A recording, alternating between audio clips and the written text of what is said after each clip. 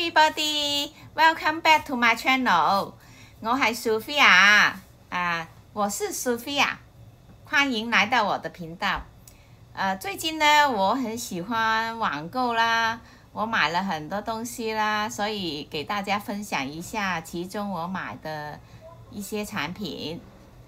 在看影片之前，麻煩大家支持我。今天我休息睡到自然醒了。我現在呢，我就抓緊時間洗完臉呢，塗一些麗曼的護膚品，然後就要開始我的拍攝工作了。在這裡順帶講一下，這個麗曼的護膚品非常棒，我的斑淡了一半，而且那些油脂呢也細了很多。買了一個瓦鍋，比較大一點，但是呢，它也不是太大，中 size 吧。大概60塊錢，我很喜歡，因為我看了很多，我最喜歡這個款，但是呢，只有一個。現在打開看一下，開箱了，Open the box， 開箱啦，about $60， 買咗60蚊，咁呢。現在我查網上資料，它就沒有了，漂不漂亮 ？Nice。不過我不喜歡這個玻璃的蓋子，因為我覺得好容易爛，是很漂亮。現在呢，我給大家分享一下如何開鍋，點樣開鍋啊？How to use this？ 用瓦鍋，它是要有技巧的，不能馬上就煮，否則很容易爛。啲瓦鍋呢要開鍋先得嘅，如果唔係好容易爛。這個買了34塊2毛。We use this halfway, otherwise it will run easily。 聽呢啲開箱嘅聲音呢，好鬼刺激，好刺激，啵嚕啵嚕的開箱拆禮物。這個呢，我買的時候我是想買大1倍或者2倍的，但是有點失望啊！打開一看，這麼小。當然了，這個箱子也是很小，這個勺子很好，那沒關係，我就用來燉檸檬。我打算用它來燉青檸檬，就是當是一個燉盅用，當燉盅用啊。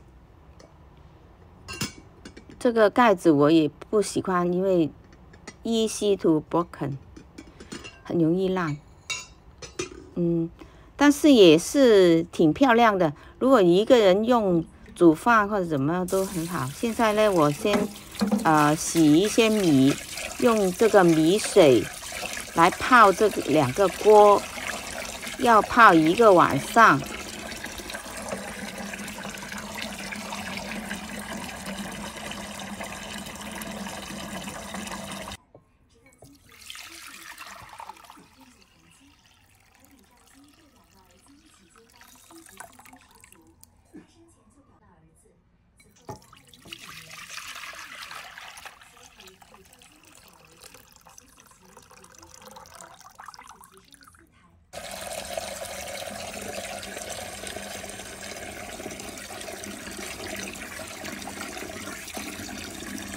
是但啦，我都幾中意嘅，我很喜歡這2個鍋，反正都買了。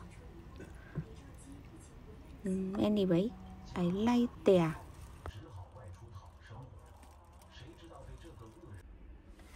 現在呢，把這2個鍋的米水倒掉，然後洗乾淨。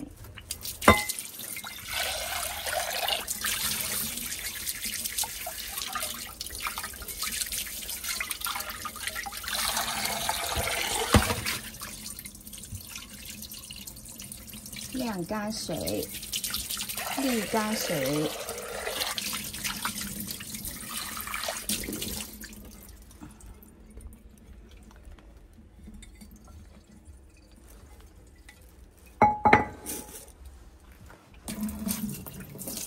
这些米不要了，然后擦干。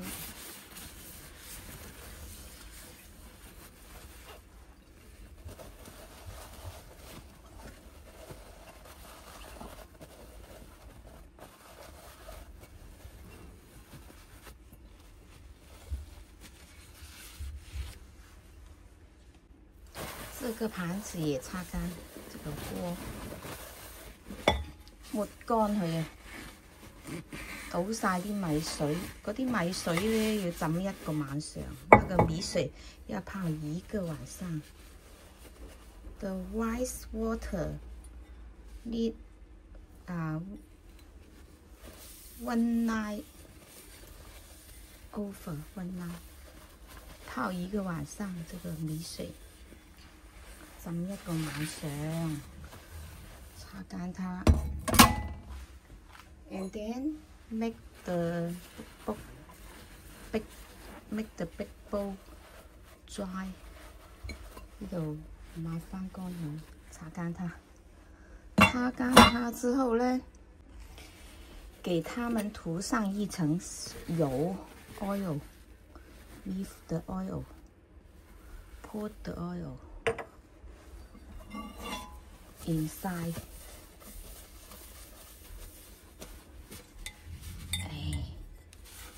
外邊都要，外面也要，裡面也要，裏邊外邊都抹一啲油喺度，一層油 ，oven one night， 又係一個晚上，呢啲油咧浸一個晚上，咁樣。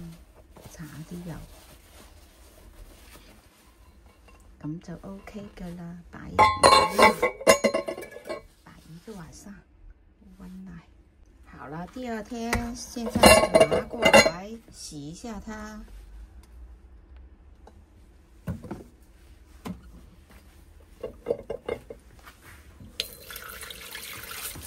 第二日洗翻乾淨佢。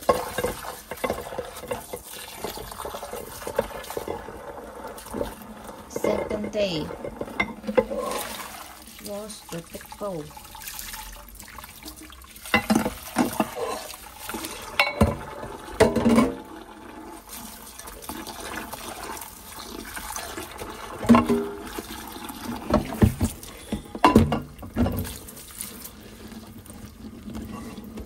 咁就 OK 㗎啦，咁就開咗鍋㗎啦。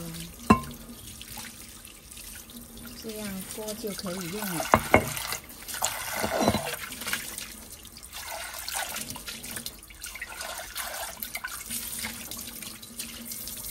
好嘞。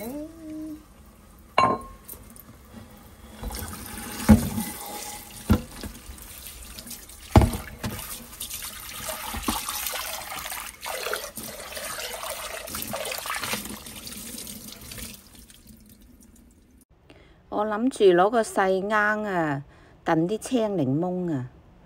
青檸檬啊，今天賣1.5塊2個，我挑20個。燉檸檬。現在呢，我就把這些檸檬洗下。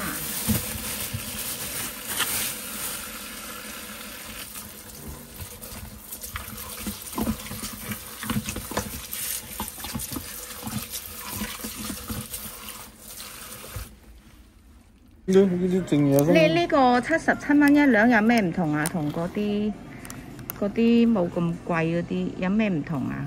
佢講個咩唔同我真唔知咁樣唔同啦。佢呢啲嚟嗰時嗰啲正野生啊，呢啲哦，正野生即係靚啲嘅，買啲好啲咯咁啊。嗯。好啦。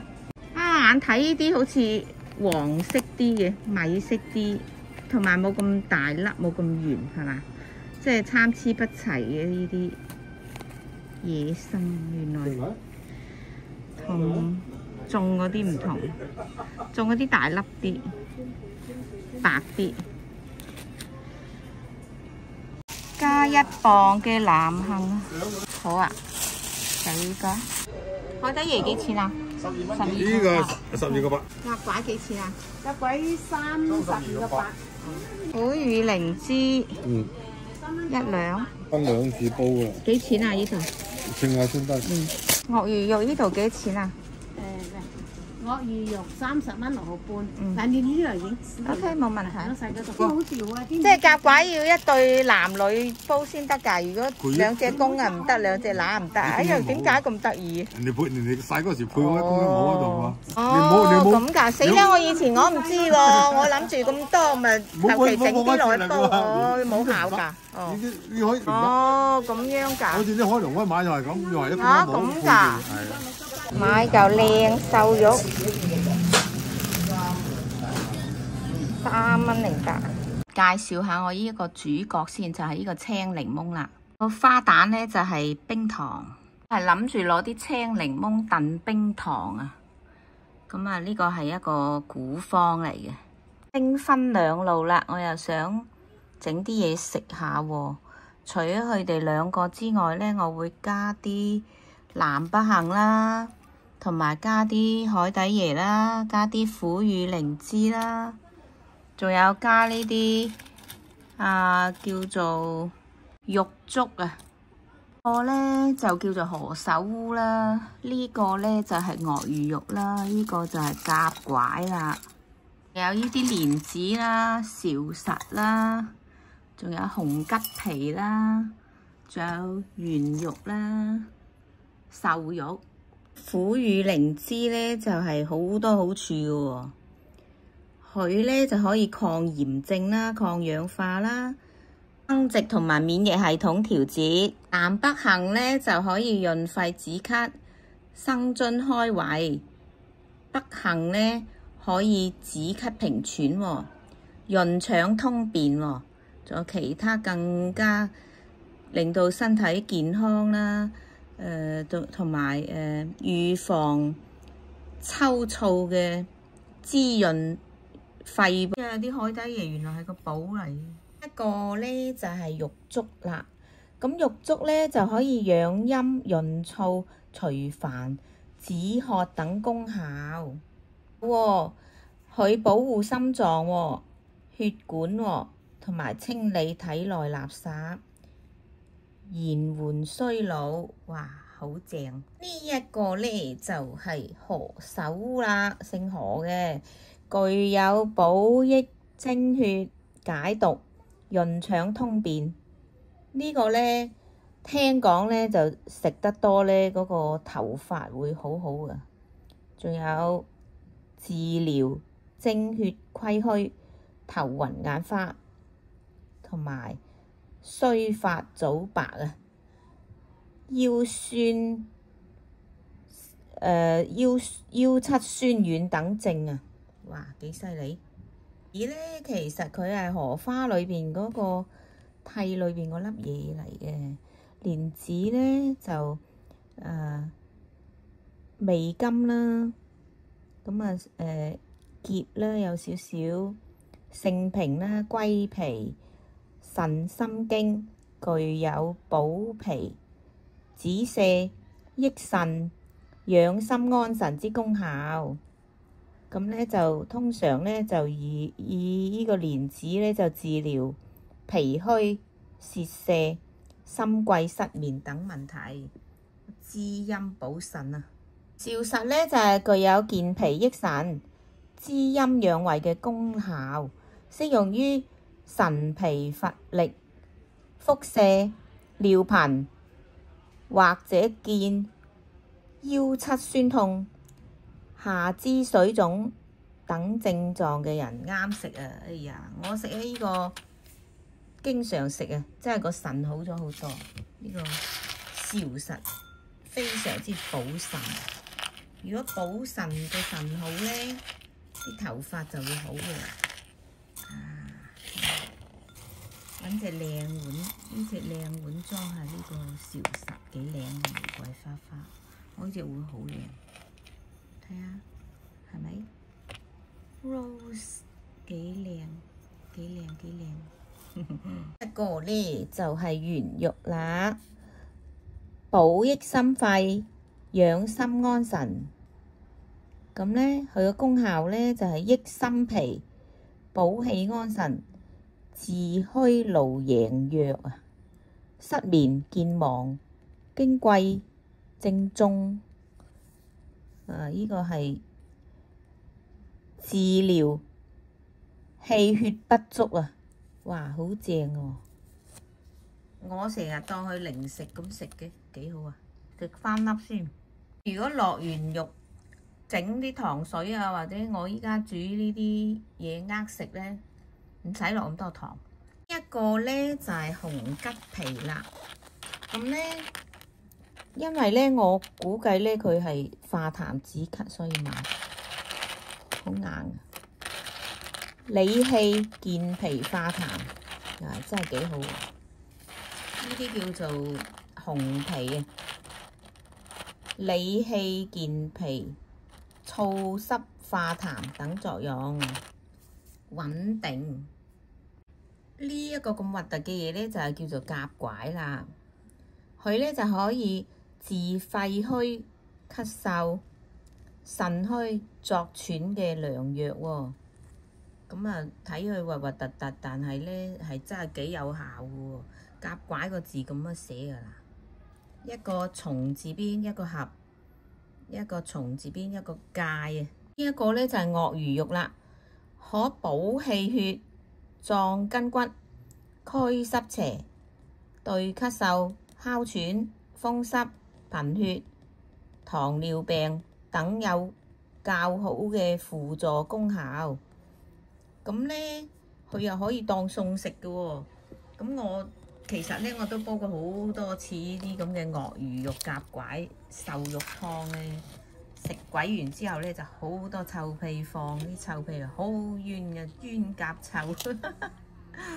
咁啊，我估計個膽固醇都唔少嘅。咁啊，即係如果你怕放臭屁呢，就少啲食佢啦。瘦肉湯呢，呢個可以煲瘦肉湯啊！呢個好靚嘅新鮮瘦肉。佢有咩功效呢？就係滋補元氣，能夠補充體力，適合體弱或者手術後康復嘅人士。健脾胃，有助消化吸收，適合脾胃功能較弱嘅人。潤肺，可緩解乾燥症狀，適合秋冬季節飲用。夏天都 OK 啊，佢唔肥膩啫。補血，瘦肉含鐵質，可預防缺鐵性貧血啊！真係好正啊！瘦肉湯呢，好甜啊！咁我就諗住攞呢一個煲仔試下啦，但係其實我都唔知落幾多。總之我呢啲鱷魚肉一定要食咗佢。原來呢，藥材唔使洗。我以前都唔知，成日都洗。跟住呢嚿瘦肉啦，跟住我諗南北杏要多啲啦。個煲已經俾佢霸咗一半。呢個苦乳靈芝啦，跟住海底椰啦。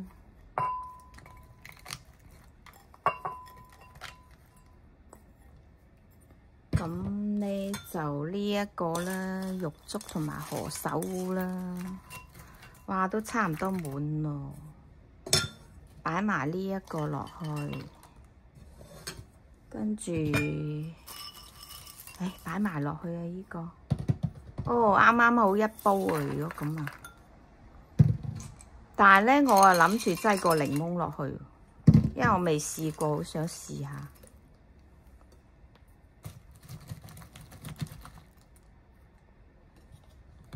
但係放個檸檬落去會好酸啦嚇，呢個用唔晒，呢個應該下次。咁樣會唔會甜得滯呢？即係我係整煲嘢食下咋嚇，我唔知出嚟咩味，試下先。咁啊，冚蓋啊！哇，仲有呢啲啊，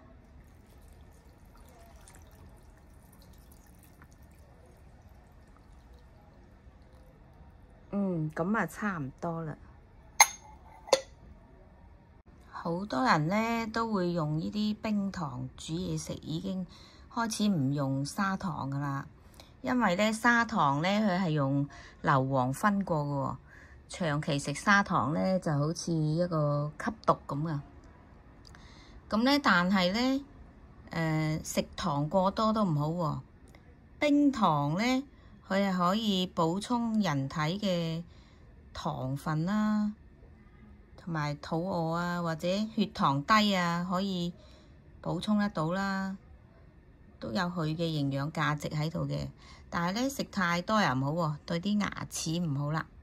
有糖尿病嘅人咧就唔適宜食太多嘅糖啦，同埋會肥胖啦。冠心病啊、高血壓啊、高血脂呢啲咧都係唔適合食太多嘅糖。檸檬咧佢好多維生素 C 喺裏邊嘅喎，咁啊如果係切開佢泡水咧就係好有營養價值嘅，軟化血管喎，一定程度上面咧就降血壓、降血脂。青檸檬裏邊嘅鈣離子咧含量係比較豐富嘅喎，可以咧令到骨骼更加強壯嘅喎，預防骨質疏鬆。哇，好正啊，啱晒我啊！但係咧就唔建議用太熱嘅水去沖啦。咁咧我都係即係聽人哋講一啲古方，用冰糖去燉檸檬好，所以咧因為我而家早排咳完之後咧，成日覺得好多痰，所以我就好想整一兜咁嘅嘢啦，就係呢一個冰糖燉檸檬啦。我出動呢個大煲，跟住咧就擺落去咯。夠晒大，我覺得咧可以再加多少少，咁樣燉。但係呢度有條罅，點算呢？會吸隻碟會好啲咧，啲盜汗水唔知試下先。即係我諗佢咁樣裏邊啲水唔會揮發得咁緊要，好啲咯。開火，大火啊！呢煲嘢咧，我計劃燉佢3個鐘。仲有呢個川貝唔記得落啊，落埋先。川貝咧真係好處多多，清熱潤肺，治肺虛久咳、虛勞咳嗽、燥熱咳嗽、化痰止咳、治燥熱有痰之咳嗽。好犀利啊！全部都係治療嗰啲痰咳啊，虛勞久咳，犀利！散結消腫，治肺呢個唔知咩字啦，一個咩字呢？有冇網友識話俾我聽？仲有呢個係咩種啊？唔知咩種啊？總之係種啊吓。呢個唔知乜嘢魚乜嘢咧，同呢個同一個字。如果有網友識咧，留言話俾我知啊！倒埋啲川貝落去先。Oh my god！ 咁多。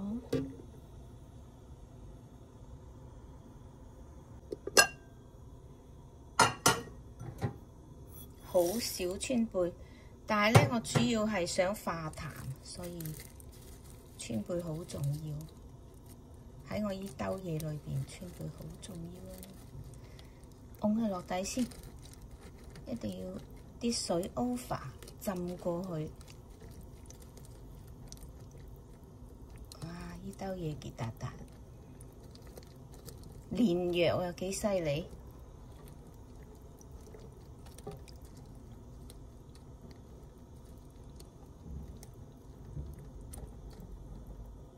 呢個係我自己諗㗎嚇，啱唔啱你食唔知啊嚇，你問下你個中醫師。我諗我會鍾意食呢兜嘢嘅，冚翻個蓋先。呢個玻璃蓋好靚，但係好易爛啊！我成日認住佢，太靚。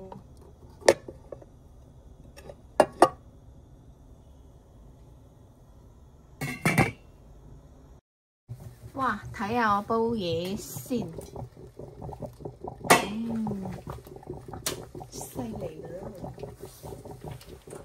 一定係結達達啊，可能好難飲啊！嘿嘿嘿。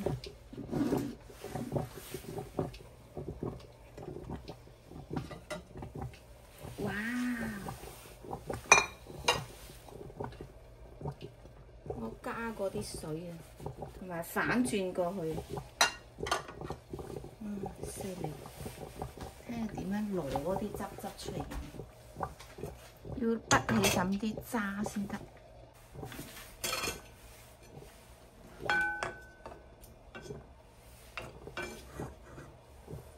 啊，聞到好香啲海底椰味。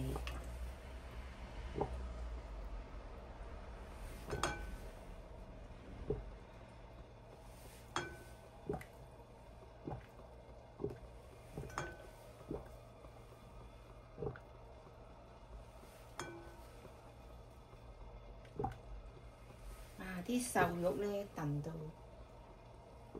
溶溶爛爛，咁我今朝咧就食呢啲瘦肉做早餐啦，同埋啲鱷魚肉啦，好熱啊！食咗佢都飽喎。啊，個檸檬咧燉到爛晒，你睇呢個檸檬。呢煲嘢其實都幾恐怖。因為可能好難飲，但係為咗去我啲還痰咧，試下啦。大家唔好學我整啊嚇！我唔知會唔會食死你啊！唔係我把口毒啊，而係咧真係好難飲嘅可能嘅。不過我真係咁耐都去唔到啲痰，西藥又試過，中藥又試過，硬係有啲白色嘅痰。一食咗啲野痰嗰啲嘢咧，仲多，所以咧我就試下咁樣，睇下好唔好啲。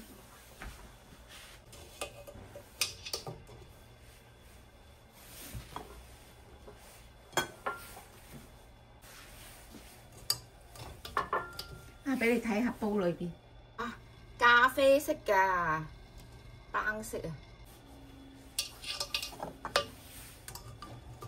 對唔落，算放唔落，咁啊擺呢度啦，喺呢度。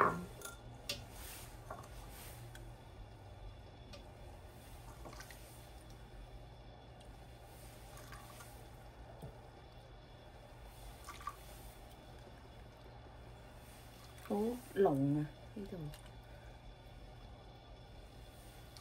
真材實料啊，製藥啊！我琴晚已經飲過飲過半碗仔，應該唔會死。大半碗，跟住咧攞啲瘦肉同埋鱷魚肉啦，呢啲有去繼續煲，繼續製藥。哇，正啊！呢啲精華。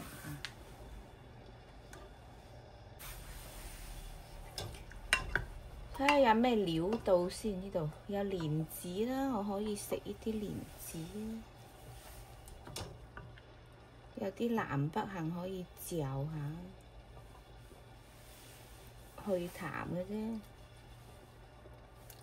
呢嚿瘦肉，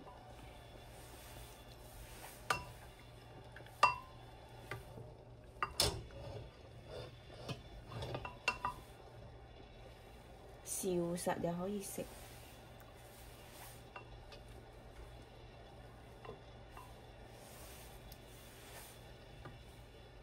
我好鍾意食蓮子，差唔多咯。好，筆返呢啲。啊，呢啲應該係咪筆起佢咧？攞呢隻碗筆起呢啲，因為呢啲都好濃。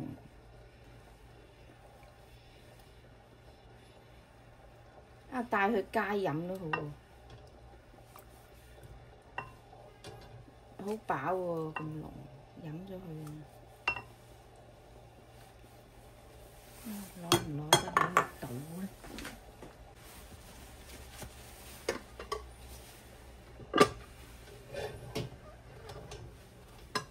好難拎，先咁樣拎佢出嚟。哇，正啊！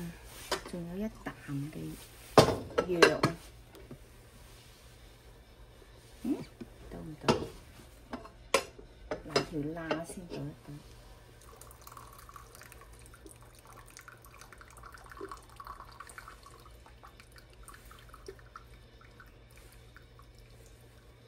啊！呢個煲仔燉嘢都幾好。唔錯啊！呢個煲仔，我要一個咁大嘅煲先得。等緊啊！呢個煲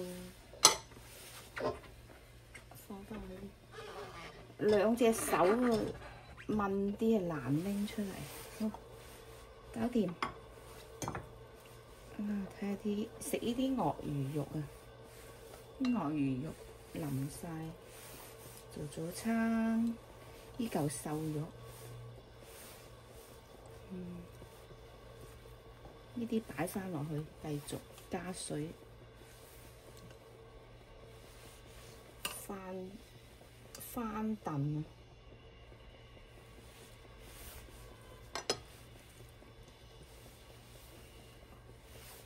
如果正常燉嘢咧，梗係唔好咁大煲啦。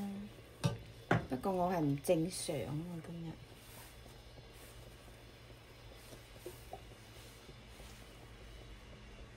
我淨係想快啲冇晒啲痰，好鬼麻煩。咳就冇咳，但係咧嗰啲白色嘅痰成日都 follow 住我，好煩。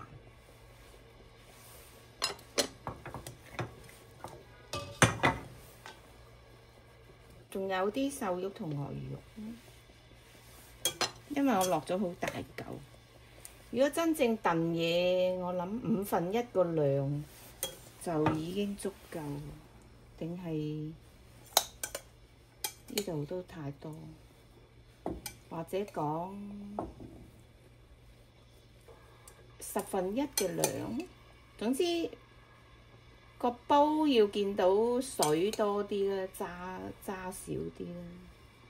真正燉嘢呢個煲 OK 嘅。啲水唔好走呢度，啲水嚟返嘅。好 OK。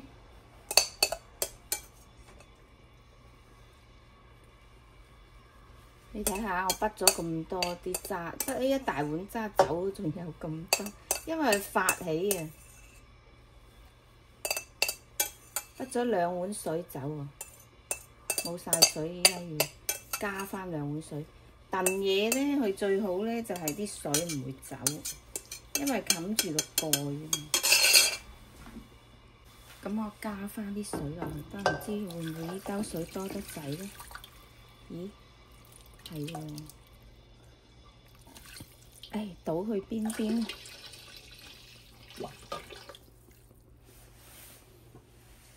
呢碗倒邊邊？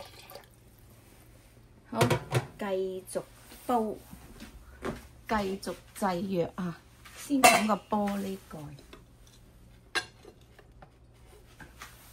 跟住再冚返呢隻瓦碟。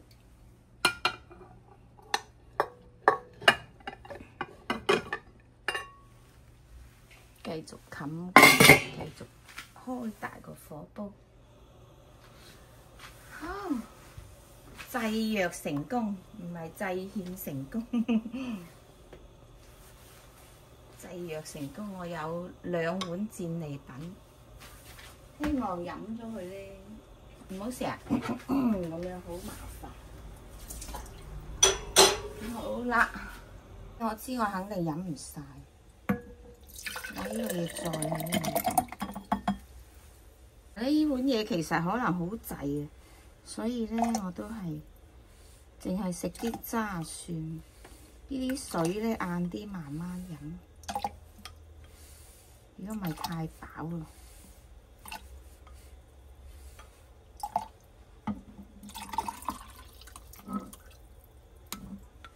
啱啱好啊咁啊，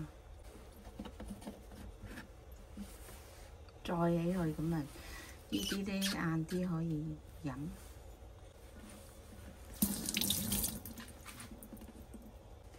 我呢個壺咧好好㗎，載藥啊，佢裏邊陶瓷嘅。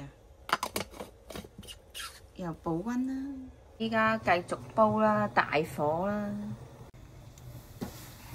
係終於亮相啦！製藥成功，好鬼苦啊！即係如果要飲晒咁大杯咧，真係都幾慘嘅。好彩我依家咧個任務就係食呢啲肉。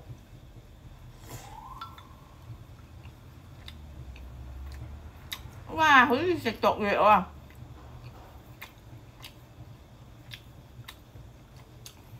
不過咧，食到啲瘦肉裏邊咧 OK 嘅，即係始終甜啊嘛。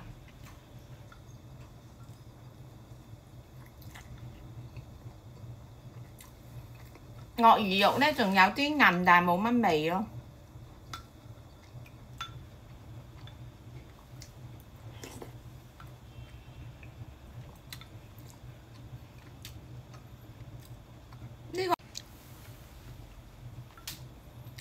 嗰個紅皮啊，煲到開晒。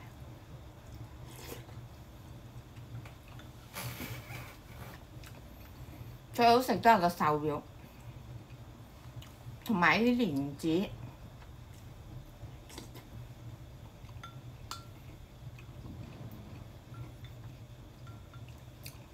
苦口良藥。你睇下我食到走晒眼眉。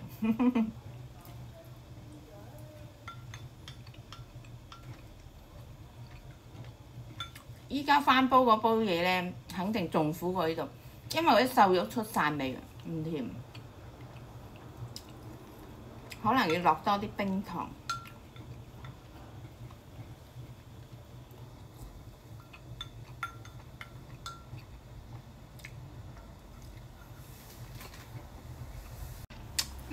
有啲熱添，食到有啲溫度，好熱。好熱，唔得，太熱啦！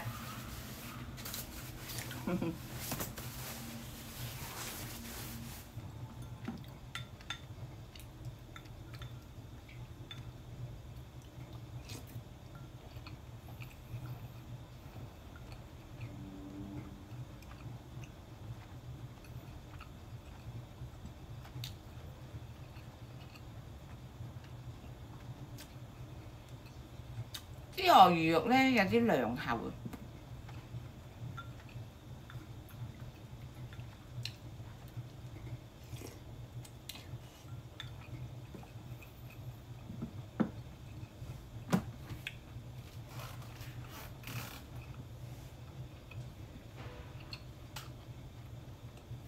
我已經開始好飽啦，因為啲鱷魚肉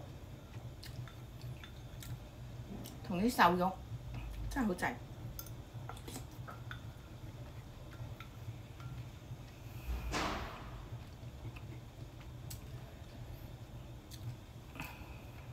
好苦啊！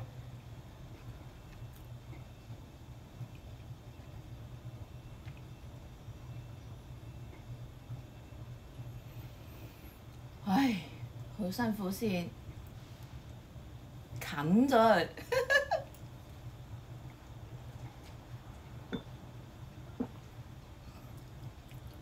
OK 喎，但係飲就 OK 喎。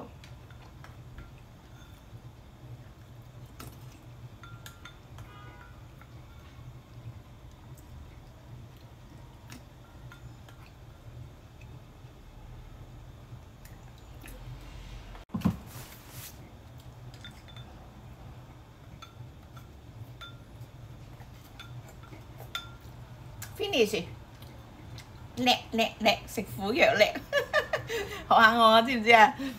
苦口良藥啊！如果係唔舒服咧，盡量用啲中藥材啊、中醫嘅食療方法去治療咧，佢係會令到個身體抵抗力提升啦。咁啊，唔好即刻就攞西藥去醫，慢慢會。雖然咧我咁咧，但係面色好靚，係咪？因為西藥咧好傷腎㗎，咁我咁樣咧就會補翻我個腎。腎好咧就咩都會好啲，不過咧可惜我啲壞習慣太夜瞓咧就好傷腎。最好咧11點半瞓。真係要努力去改呢個 big problem for me。OK， 呢一集咧就係啦，我咧其實我準備咧摘啲薄荷葉放落去嘅。呢啲咧薄荷葉幾靚，摘幾片啊，香香地啊。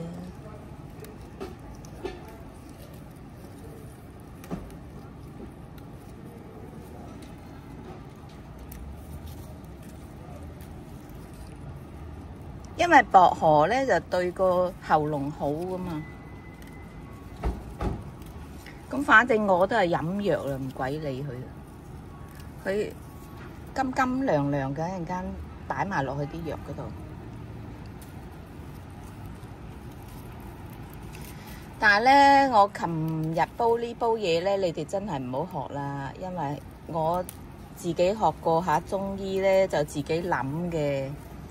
即係乜嘢配乜嘢，你哋就唔好跟我整啦，因為每個人身體都唔一樣嘅。陣間你食咗出咗問題，你唔好話我唔係醫生，你去問翻你個中醫師，你應該食乜嘢，配方啲乜嘢。你咧，我落嗰個份量又太多啦，太勁，因為我知我自己食唔死，醫唔醫得好我唔知啊嚇，自己醫自己啊。OK， 一大把，千祈唔好按我咁樣整啊嚇！洗下啲薄荷葉先。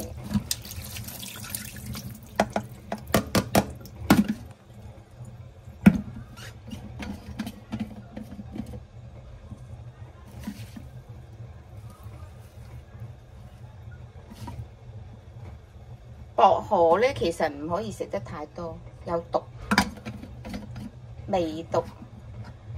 太多又係會苦，不過我覺得好苦啊！落啲冰糖好啊，一啱嘢。間唔中可以食下嘅，成日咁食就唔好嘅。落啲冰糖，冇咁苦，因為好容易糖分超標，太苦啦。依個我都落啲冰糖得。太苦啦，因為冇咗啲瘦肉之後咧，可能苦啲。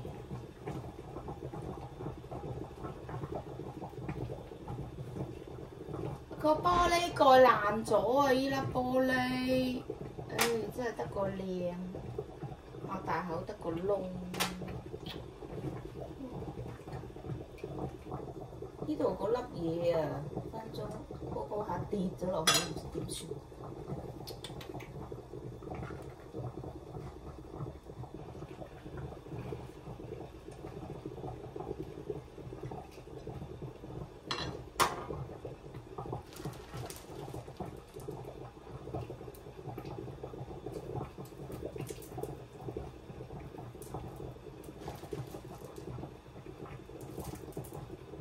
有得去煲住先呢粒嘢，反正我都唔食渣嘅。所以咧，呢啲咁嘅玻璃蓋咧真係好睇嘅，好易爛。哇！好辣啊！個碟好辣，好辣，好辣。Oh my god！ 靚嗰一回兒，其實好牙煙啊，唔好啊，no good啊！你睇下佢可能分鐘有啲玻璃水，唔知會唔會喺啲湯裏邊？希望唔會食死我。都唔怕，就算有啲水食唔死。被稱為香港十大奇案之一，大家諗到未呢？1974年，一具少女的屍體被發現喺跑馬地國內，充滿一個不過有薄荷味。我食咗2日，食到怕啦而家，但係咧真係好咗好多咯。咁咧今日咧我就諗住炮製第2款嘅嘢，我依然會落翻少少藥材落去嘅。咁我而家咧就炮製第2款嘅，直頭係冰糖燉檸檬啦。咁咧傳統嘅古方咧，佢就係得冰糖同檸檬2樣嘢啫。但係咧，因為我自己覺得我都係整俾自己食啫，咁我就想落多啲川貝啦，跟住又落少少南北杏啦，落啲咁多蓮子啦。嗱，我好中意食蓮子啊嘛。咁咧仲有少少圓肉啦，圓肉啊好好啊。咁啊圓肉係食咗好瞓噶嘛。咁啊，仲有個海底椰啦，仲有個苦雨靈芝啦，苦雨靈芝增強抵抗力啦。呢個川貝咧就係治療咳嗽痰啦。呢個南北杏都係除患痰。咁啊，蓮子就滋陰補腎啦。咁而家開始炮製咯喎，因為琴日嗰個煲太細啦，所以我決定轉下。試下呢一個會唔會好啲？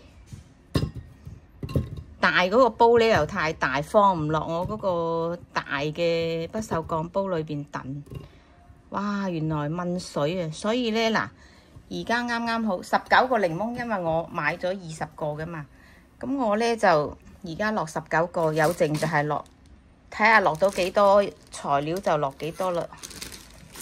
咁啊，呢啲冰糖啦。唔落水啊！啲冰糖咧整咗之後，佢最終咧會溶晒落下邊噶嘛。不過我而家我都唔知可以落到幾多，因為我都係第一次整呢個古方，我就知道好耐噶啦。我之前出咗一條視頻，出咗一條短嘅片。係一個老太太分享俾我，咁我而家首先擺啲川貝啊，跟住梗係南北杏啦，最重要啊呢啲，然後係咩呢？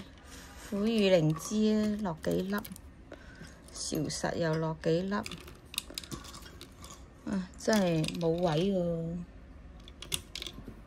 好就咁啦，咁就差唔多啦，冇晒位啦。啲檸檬咧，到時啊燉到好腍，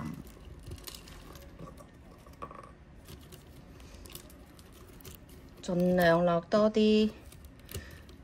費事又倒返落個袋啊！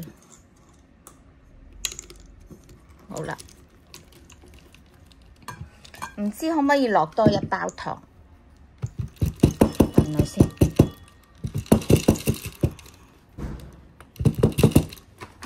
試下先，落多1包冰糖。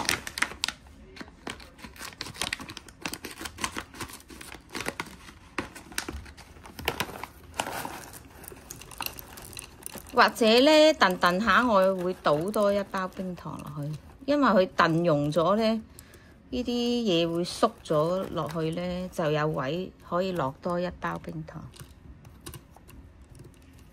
唔落水啊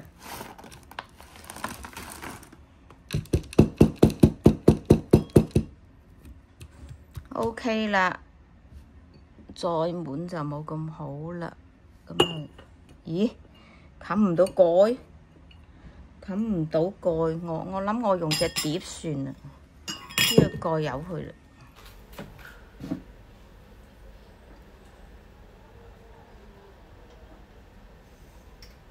試下用呢個蓋，唔知得唔得呢？但係咁會唔會砰砰聲呢？咁樣冚唔冚到呢一個蓋？啊 ，perfect！ 但係會唔會響呢？啊，放快！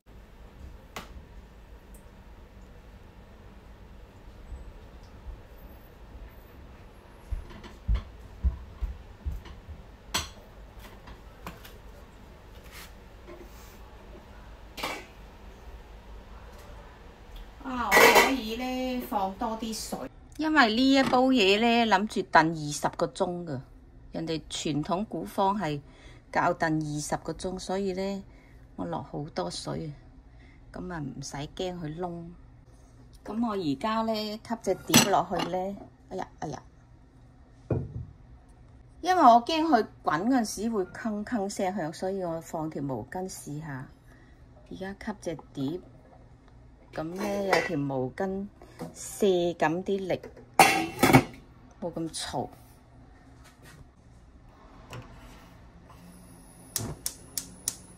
首先開大火先啦，開到咁上緊，佢滾得犀利咧，我就會開中火。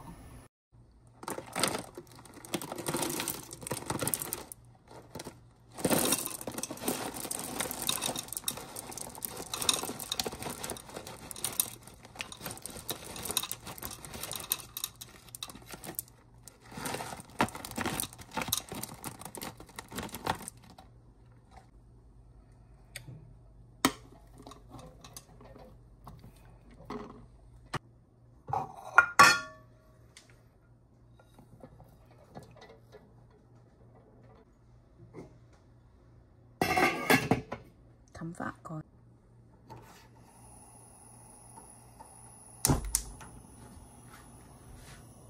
繼續燉多12個鐘。其實我呢煲嘢咧有啲藥材喺度，係應該落啲水落去喎，冇理由唔落水嘅。我而家落啲水落去先。如果唔係咧，嗰啲藥材佢點樣釋放佢啲效用出嚟咧？一定係要有水先得。而家加好多水咯，因為我諗起如果係冇水，得啲冰糖同埋得啲檸檬，一定好難食。仲有啲藥材味，諗起都唔想食，所以都係要有啲水好啲。冚翻個蓋先，再煲多11個鐘。猛火煲喎，一路煲咧，呢個大煲咧要加水啊！如果唔係咧，會煲下乾水。燉完20個鐘頭之後咧，睇下咩樣先，因為之前隻碟咧爆咗，我放嗰啲凍水落去，換過呢一隻碟。哇！真係白色㗎喎，不過我放過呢啲水咧。我驚都唔知放唔放得耐啊，所以咧我諗住我買過啲檸檬再燉過啲，直頭係得檸檬同冰糖2樣嘢。我諗住咧入落呢個罌度。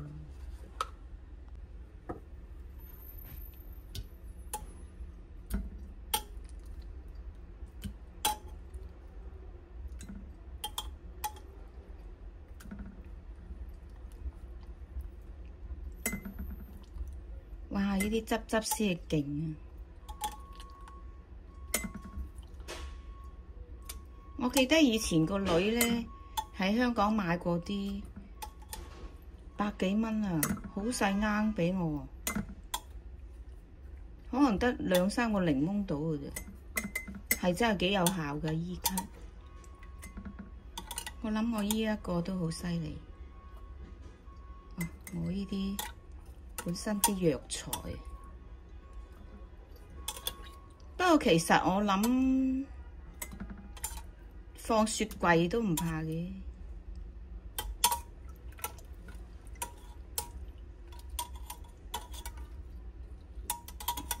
冇咯喎，冇檸檬咯喎，呢啲全部係藥材啊！咁啊，倒啲汁落去。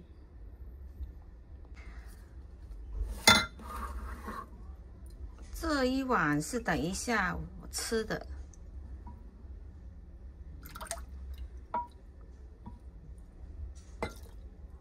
這些就保存起來。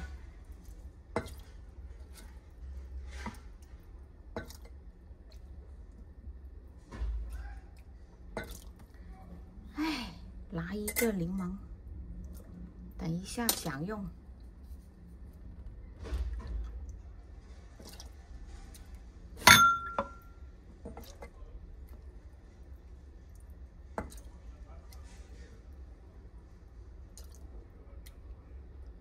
哇！呢啲汁先矜貴。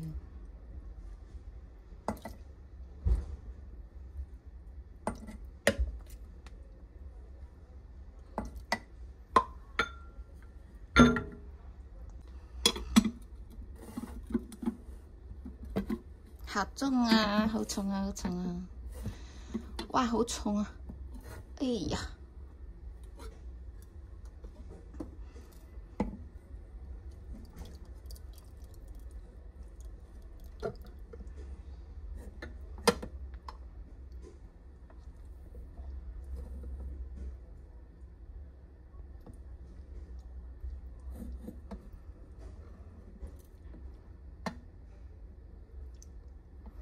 咁呢依兜藥渣呢，我諗呢一兩日我要食晒佢。其實煲湯同燉湯呢，佢嘅營養價值呢，有一半係喺渣度，一半係喺湯水裏邊。所以我通常呢，盡量我都會食返多少渣。呢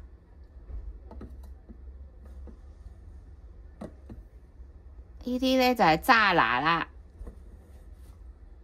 哎呀，好重啊！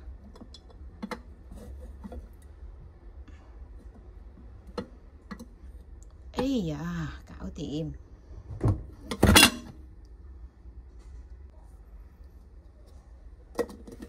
哇，呢間好嘢，真係good 啊！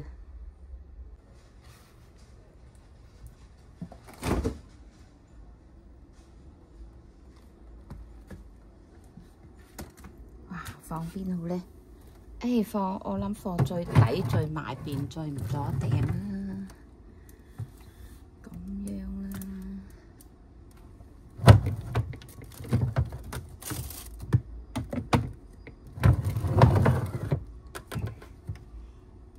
終於有得食啦！哇，好香啊！哇 ，taste good， 好正。麥味，試下呢個檸檬先。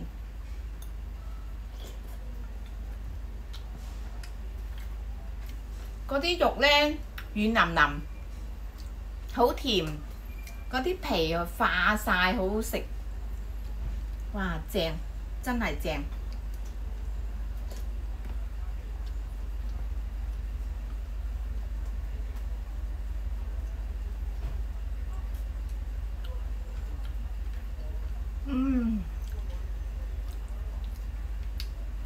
好食㗎喎，原來。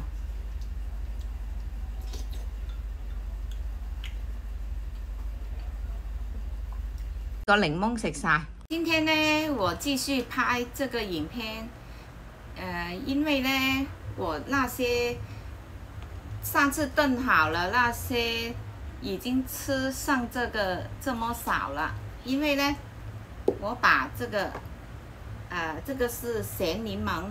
加上那個燉檸檬，造成了這一瓶，然後把它剪碎了。現在吃剩這麼少，然後我的咳嗽啊、痰啊，全部都沒有了，非常開心。但是呢，很長一段時間，可能都起碼1個月啊，才消失那個痰的症狀。Anyway， 但是這是很好的，所以因為沒有了，我今天呢拿這個很大的炖中来，重新来制作一次啊！我又買了青檸檬，加這個冰糖。一陣先搞呢個。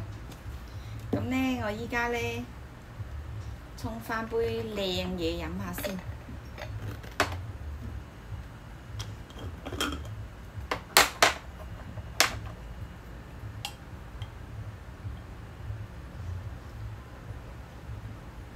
啊 ，finish 啦，今天最後了。這個是開水啊，呢熱嘅呢啲，攞下佢先。哎，我一下講國語，一下講英文，一下講廣東話，我自己都亂了。沒關係，啱聽啱睇嘅朋友繼續啦吓。咁呢，啊，這個拿一點蜜糖，我要拿另外一個調羹，看看，哎呦，拿插不進去，這個蜜糖好濃的。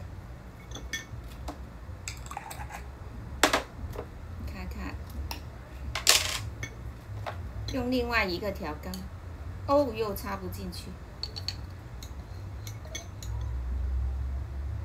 這個是天然的蜜糖，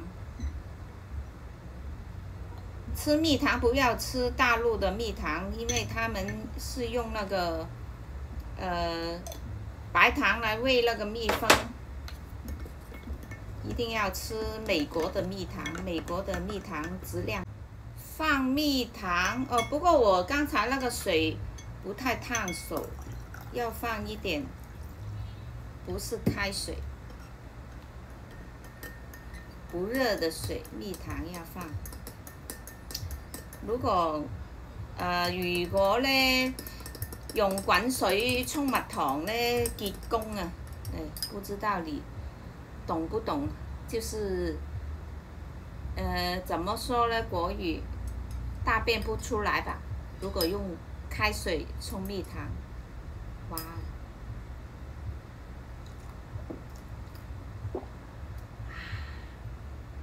很好喝啊！為什麼我要加這個鹹檸檬呢？醃製這個鹹檸檬也很簡單，只要洗乾淨那些黃色的檸檬，加上鹽就可以醃到成這個樣子就可以吃了。因為呢，我覺得那個燉的青檸檬太甜了，如果長期吃的話，可能那個糖分會超標，所以呢，我就想起加上這個，再加一點蜜糖來喝了，非常棒，哇！效果也特別好。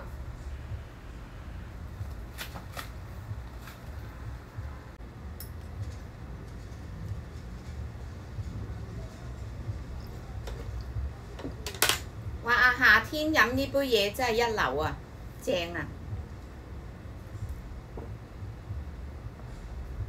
早餐呢可以加啲餅乾啊，或者麵包啊咁樣食咯。好正。諗下呢，我將啲檸檬切碎咗啊，咁樣可以放多啲。原來啲冰糖呢都唔夠啊，一包。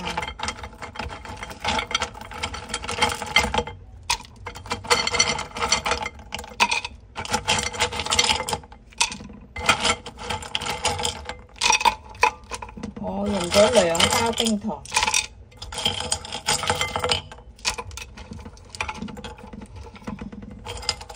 雖然話切碎咗呢，都仲係有幾個檸檬冇放去，因為要放多啲冰糖。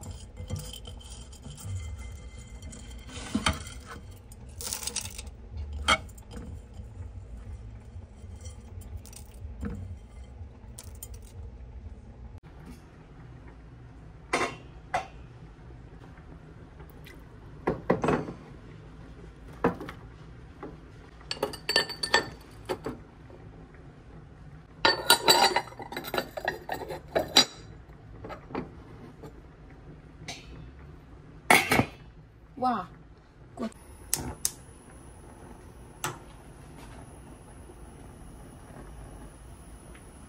大火燉20個鐘啊！終於20個鐘燉好啦，睇下先。哇！犀利咯！呢煲嘢黑墨墨咁樣，brown 色嘅。睇下點樣樣，因為我切碎咗咧，會唔會溶咗咧？咦，咁樣樣喎。哦，正啊咁啊！陣間咧，我好容易剪啊。而家咧，我諗住，哎呀，咁樣啦，擺度大概一個咁樣。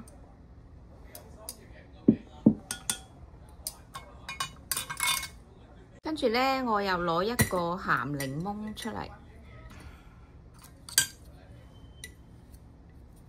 一大個。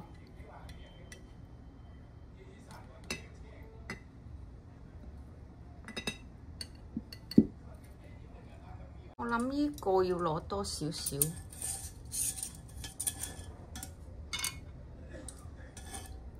因為呢啲檸檬咧，青檸檬係細過啲鹹檸檬。啲鹹檸檬本身黃色嗰啲係大個啲，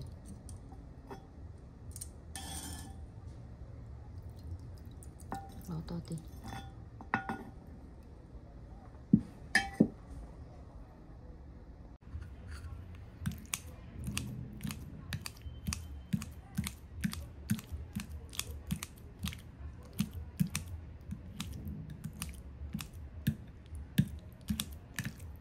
剪碎佢咧，可以好飲啲。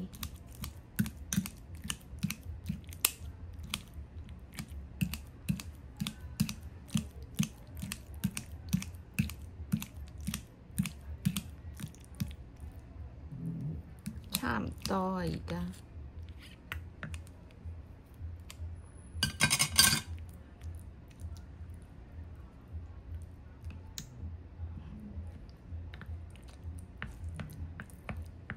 撈勻佢，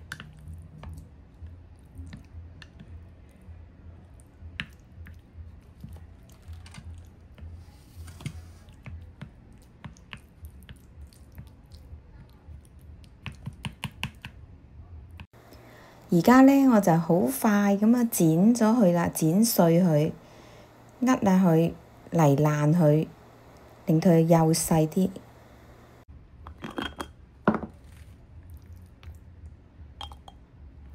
攞個細嘅樽仔載住佢，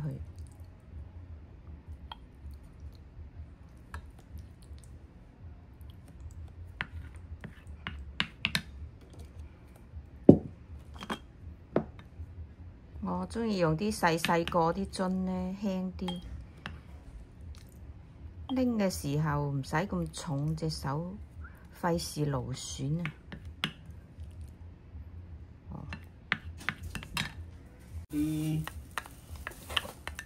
買紙鹽咗，你嗰啲買紙鹽都唔熟啊，啱你飲。嗯。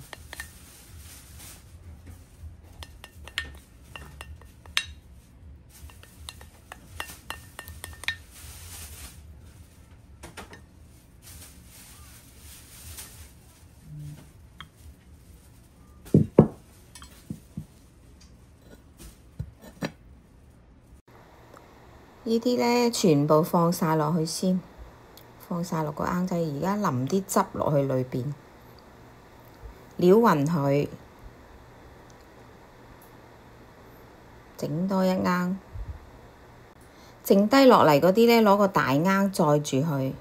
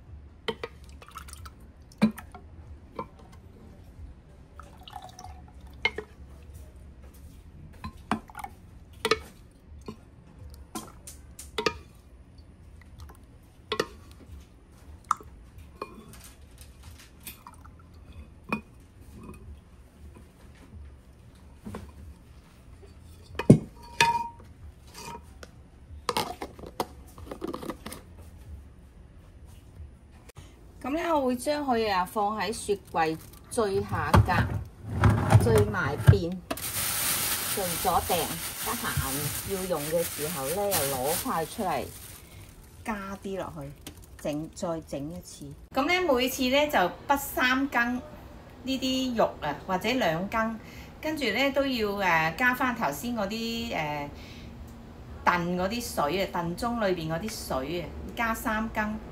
咁啊，加1羹蜜糖，咁樣沖嚟飲咧就好好飲，同埋咧化痰止咳，非常之好效果。大家如果有興趣咧，可以試下整。呢集咧就同大家分享到呢度啦，好多謝大家收睇。咁如果你中意我嘅影片嘅朋友，又覺得我影片有價值咧，希望大家分享俾你啲親戚朋友，記得點讚訂閱。如果得閒嘅話，多啲幫我留言啦，多謝大家。下集見啦，拜拜。